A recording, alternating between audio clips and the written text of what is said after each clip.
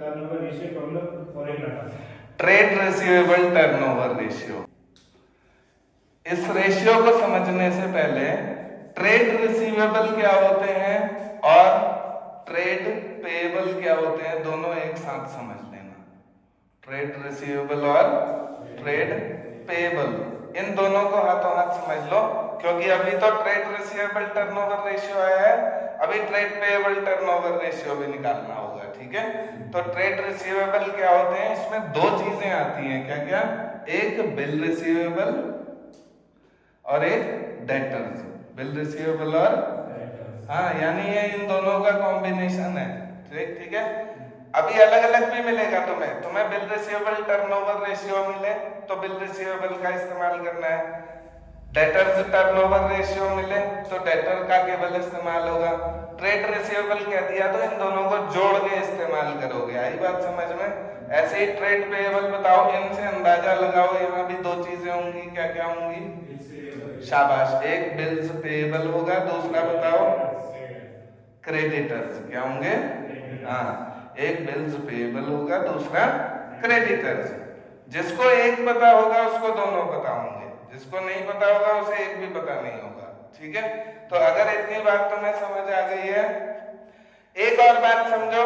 जैसे हमने कहा था स्टॉक टर्नओवर रेशियो ना, स्टॉक टर्नओवर रेशियो, इसमें ऊपर क्या था किसी को याद है? नीचे तो एवरेज स्टॉक था, नीचे हाँ, ऊपर क्या था किसी को याद है? मैंने इसको याद रखने के लिए भी एक चीज बताई थी कि जो स्टॉक हमारे पास पड़ा होता है ना, वो कॉस्ट पर पड़ा होता है, कीमत पर, है ना। तो यहाँ इसके ऊपर क्या आता है? COGS। ऐसे ही बिल, अगर ट्रेड रिसीवेबल टर्नओवर रेशियो है तो इसके नीचे क्या होना चाहिए? Average trade receivables. Average trade receivables, जैसे वहां एवरेज स्टॉक ऐसे ही यहाँ एवरेज ट्रेड रिसीवेबल्स। और ट्रेड पेएबल टर्नओवर रेशियो में नीचे क्या आएगा? Average trade payable. Bills receivable turnover ratio में नीचे क्या आएगा? एवरेज बिल्स रिसीवेबल सिर्फ। डेटर्स टर्नओवर रेशियो में नीचे एवरेज डेटर्स, बस एवरेज डेटर। लेकिन ट्रेड रिसीवेबल आ गए तो दोनों के कॉम्बिनेशन की एवरेज चाहिए। आई बात समझ में? बात आती है ऊपर क्या आएगा।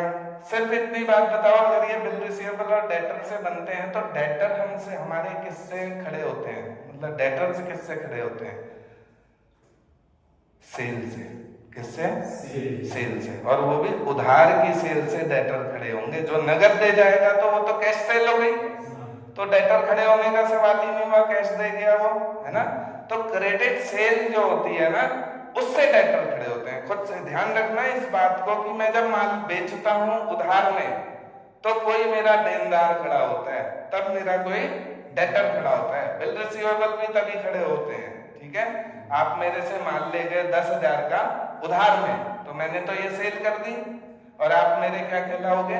डेटर्स कहलाओगे, क्योंकि 10,000 तुमने मुझे भविष्य में लौटाना है। आई बात समझ में? तो इसके ऊपर क्या आता है?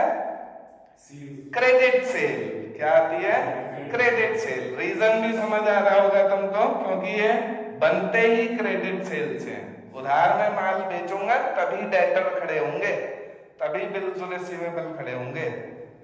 ऐसे ही बिल्स पेएबल, भाई मेरा लेनदार कोई मुझसे पैसे मांगे 10,000 रुपए, भाई तुमने हमें देने हैं, तो मैंने पक्का उससे माल खरीदा है, और वो भी उधार में, तो क्रेडिट परचेज के ऊपर ट्रेड पेएबल का क्या फॉर्मूला होता है? ऊपर क्रेडिट परचेज अपॉन एवरेज जो भी हो। अगर क्रेडिटर टर्नओवर रेशियो है तो average creditor, bills payable turnover ratio है तो average bills payable, trade payable turnover ratio है तो average trade payable. Got it? अब बात आती है हमारे क्वेश्चन की।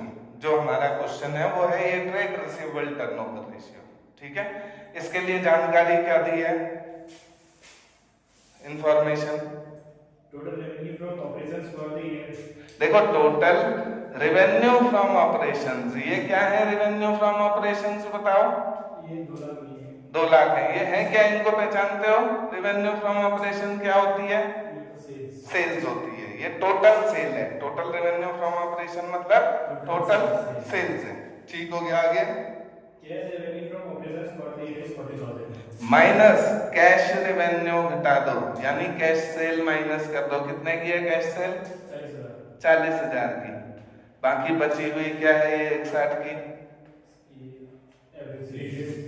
क्रेडिट सेल, भाई उधार का माल है। एक बात समझना, टोटल सेल बनती कैसे है भाई? नगद की सेल प्लस उधार की सेल, दोनों जोड़ दो टोटल सेल, है ना। तो टोटल सेल में से कैश सेल हटा दोगे तो क्या रह गई? क्रेडिट सेल रह गई। आगे बताओ। Trade receivables at the beginning of the year is 20,000. हाँ, बिगनिंग यानी ओपनिंग ट्रेड रिसीवेबल्स कितने दे रखे हैं? 20,000. 20,000 के। ठीक हो गया। उसके बाद trade receivables at the end of the year is 60,000. हाँ, क्लोजिंग ट्रेड रिसीवेबल है 60,000 के, तो 40,000 इसकी एवरेज आ गई। 40,000 एवरेज ट्रेड रिसीवेबल्स आ गए। आंसर तुम्हारा आ गया। क्रेडिट सेल कितने की है? 1,60,000 की। और एवरेज ट्रेड रिसीवेबल्स कितने हैं? 60 + 20 80 अपॉन 2 40,000 की। कितने के? 40,000। और ये आ गया 4। और ध्यान रखना हर टर्नओवर रेशियो में T for turnover and T for times. इसका आंसर हमेशा टाइम्स में देना है। आई बात समझ में? 4 गुना। Next question.